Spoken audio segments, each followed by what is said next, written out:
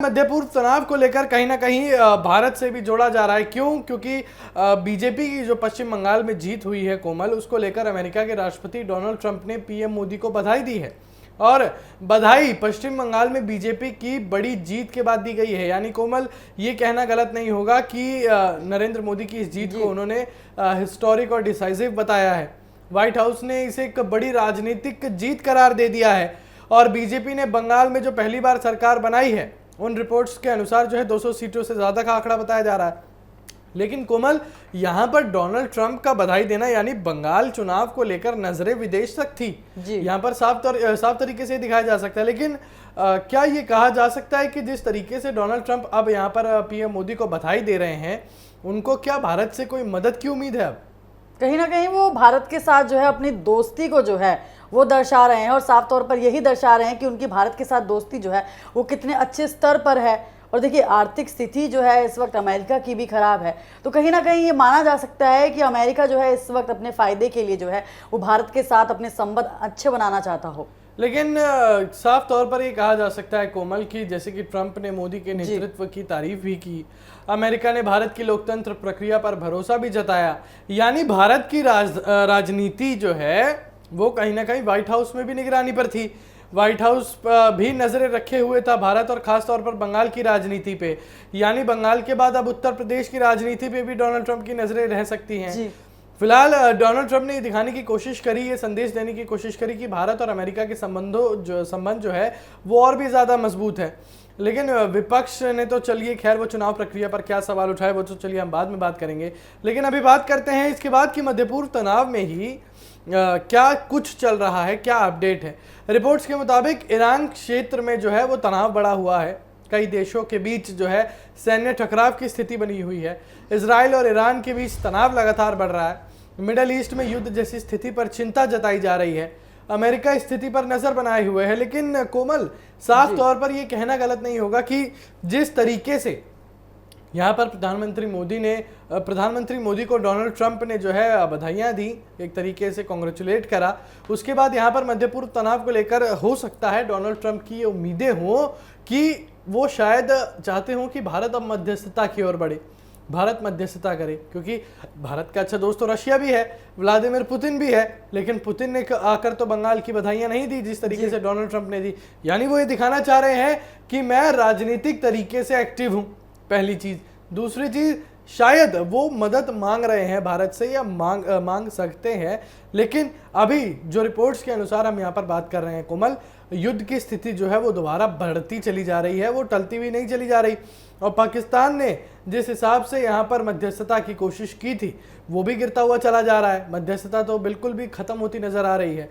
लेकिन कोमल, अगर अमेरिका और ईरान की यूं ही लड़ाई चलती रही तो क्या कुछ नुकसान हो सकता है पूरी दुनिया को? देखिए, वैश्विक तेल बाजार पर जो है इसका असर लगातार पड़ता जा रहा है, और जो आगे भी असर पड़ सकता है। और सुरक्षा कारणों से कई देशों ने जो है अलर्ट भी जारी किया है इस युद्ध के चलते। आम नागरिकों के लिए स्थिति जो है अस्थिर बन गई हुई है, और कूटनीति जो है वो समाधान की कोशिश की जा रही है। और पूरी दुनिया इस संघर्ष के आगे जो है बढ़ने से जो है चिंतित है लगातार। बिल्कुल कोमल, यहाँ पर साफ तौर पर ये कहा जा सकता है कि पूरी दुनिया इस वक्त घबराई हुई है, क्योंकि ये तनाव रुकने का तो नाम नहीं ले रहा है। लेकिन या तो आर हो जाए या तो पार हो जाए। लेकिन यहाँ पर जो चुनावी बयानबाजी देखने को मिल रही है, एक तरीके से आरोप प्रत्यारोप का दौर देखने को मिल रहा है।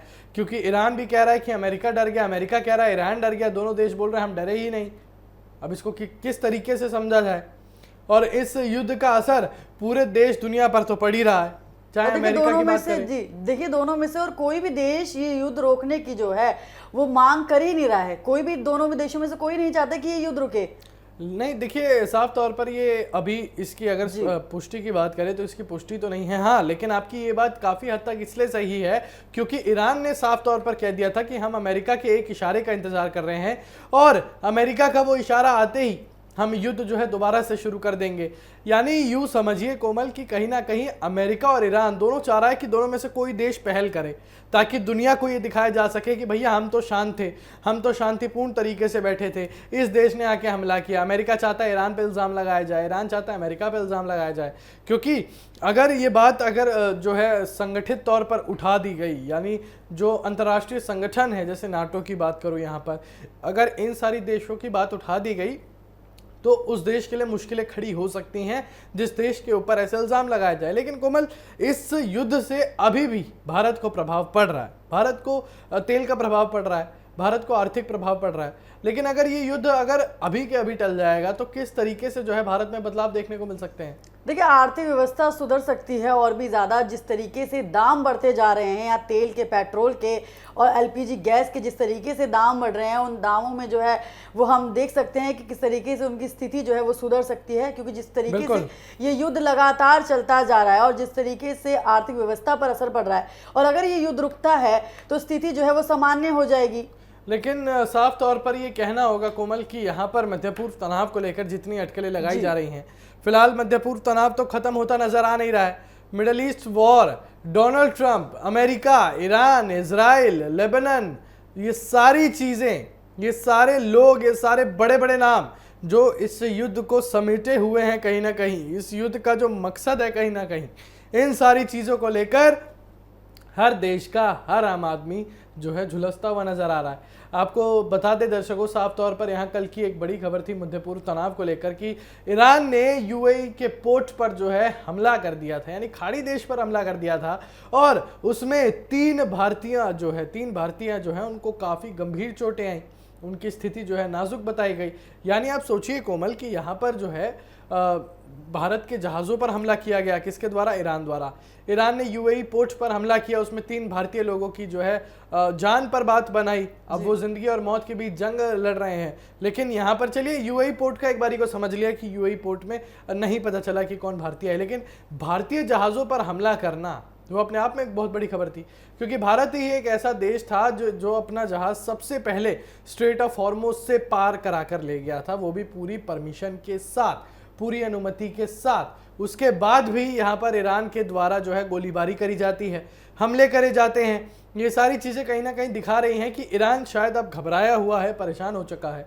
अगर तस्वीरों के माध्यम से हम यहाँ पर समझें तो तस्वीरों के माध्यम से बात यहाँ पर अमेरिका और ईरान की चल रही है, बात यहाँ पर डोनाल्ड ट्रंप और ईरान की चल रही है। लेकिन साफ तौर पर यह कहा जा सकता है कि अब मध्य पूर्व तनाव को लेकर जितनी भी अटकलें बनाई जा रही हैं उसमें कहीं ना कहीं भारत भी पिसता हुआ नजर आ रहा है। चाहे जहाज़ों पर हमले की बात करें, चाहे इन चीज़ों की बात करें, कहीं भी किसी चीज़ की भी बात करें, तो ये सारी चीज़ें कहीं ना कहीं साबित कर जाती हैं कि अब जो है मध्य पूर्व तनाव में दिक्कतें और ज़्यादा बढ़ती हुई नजर आएंगी। लेकिन फिलहाल इस वक्त की सबसे बड़ी खबर यही थी कोमल कि डोनाल्ड ट्रंप ने प्रधानमंत्री मोदी को बंगाल के इलेक्शन के लिए बधाई दी है, उसको लेकर भी काफ़ी ज़्यादा अटकलें लगाई जा रही हैं। साफ तौर पर ये समझिए कि ये वही डोनाल्ड ट्रंप थे जिन्होंने बोला था India is a dead economy, और वही विपक्ष था भारत का जो डोनाल्ड ट्रंप की बातों में हाँ में हाँ भरता चला गया।